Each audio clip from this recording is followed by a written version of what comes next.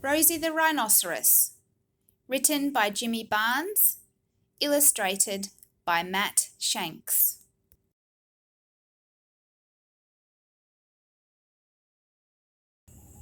Rosie never wanted to sleep in. There were so many things to do, so much fun to be had. She ran down to the river, looked down into the water, and smiled at her reflection.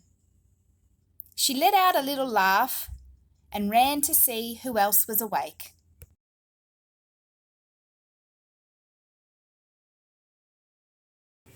Good morning, Mr. Giraffe. Did you see that glorious sunrise this morning? Rosie called out. She always had something new and spectacular to say about the world around her.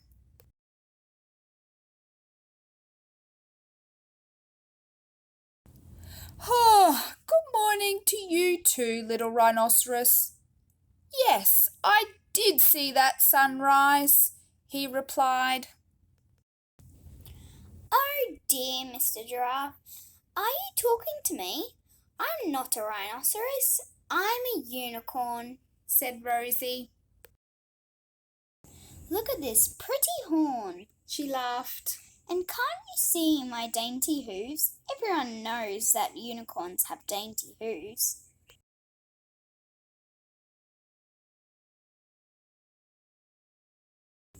Rosie could never work out why everyone thought that she was a rhinoceros.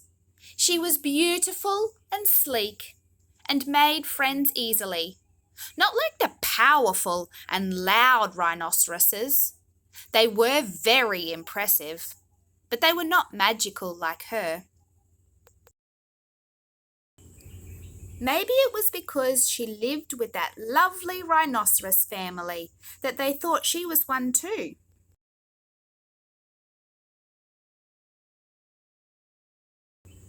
Rosie skipped on. She loved the feel of the cool morning breeze blowing on her face and the light of the sun as it poked its head out from behind the clouds. The morning was Rosie's favourite time of day.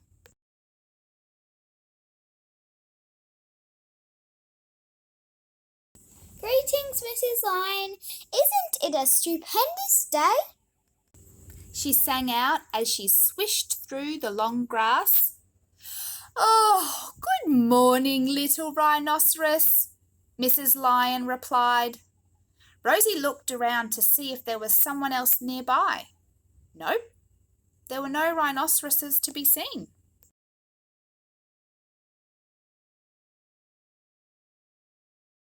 You must have a sleepy head, Mrs. Lion.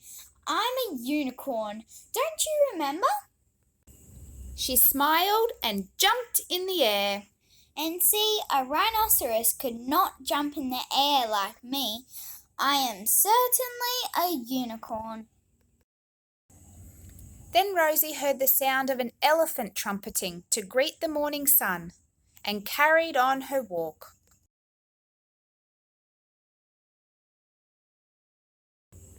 Rosie tiptoed through the sleeping animals. No one wants to wake up a herd of elephants unless they are ready to be woken. Not even a unicorn. Hello, Mrs. Elephant, she whispered to the large grey lady as she grazed on shoots of grass. Isn't this morning exquisite?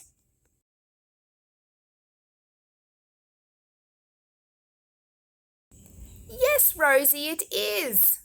I love that a young rhinoceros like you notices these things.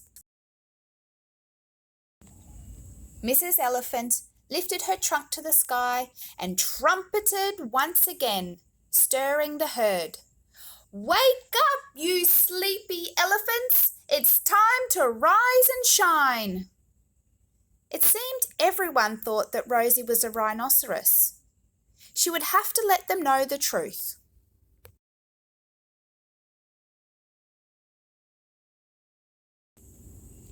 Mrs. Elephant, Rosie asked sweetly, you have a lovely loud voice and all the animals listened to you. Could you ask everyone very nicely if they would meet me by the waterhole?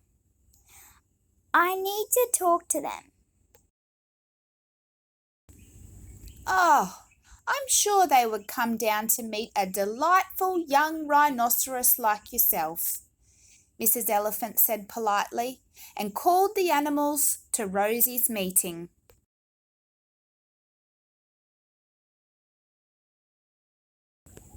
Rosie looked around at the animals who were gathered, waiting to hear what she had to say. Rosie cleared her throat. I have asked you all to come today to clear something up. It seems that you believe that I am a rhinoceros, Rosie said. Well, I am here to tell you that I am in fact a unicorn. The animals looked at each other and smiled.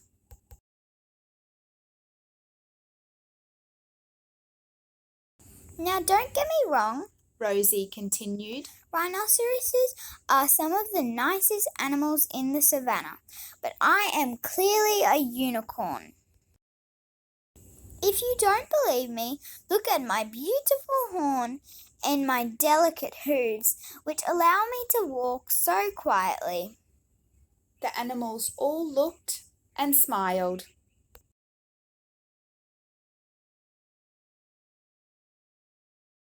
So I would appreciate it if you would call me Rosie the Unicorn, please. The animals whispered to each other. Then Mrs. Elephant said, "We are all very sorry for calling you the wrong name. You certainly bring rainbows wherever you go, and are kind and caring to your friends. Please forgive us, little unicorn."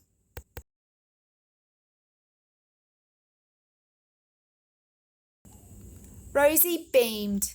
She was so happy she jumped in the air. Thank you. I adore living here with all of you, and I will see you by the river tomorrow.